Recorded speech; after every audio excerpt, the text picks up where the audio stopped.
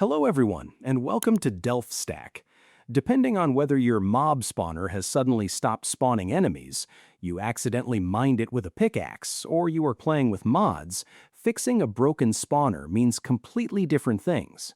I will show you exactly how to solve all three of these spawner problems right now. Let's get started. First, if your vanilla spawner is still placed but refuses to spawn any mobs, the spawning mechanics are blocked. To fix this, you must ensure the area around the cage is completely dark, as modern updates require a light level of 0 for hostile mobs to spawn.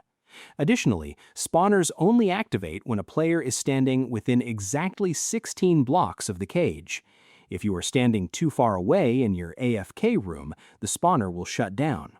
If you are on Bedrock Edition and the cage is completely empty, simply log out and back in, or place a solid block directly underneath the spawner to force a chunk update.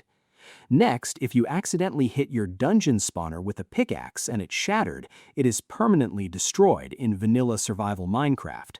Unfortunately, no enchantment in the game, including Silk Touch, will allow you to pick up or fix a destroyed spawner. To get it back, you have to find a brand new dungeon or temporarily enable cheats in your world settings. Type the command /give @s spawner in the chat and use a mob spawn egg to reactivate it. I hope you found this guide helpful. Please like, share, and subscribe for more gaming tutorials. Thanks for watching.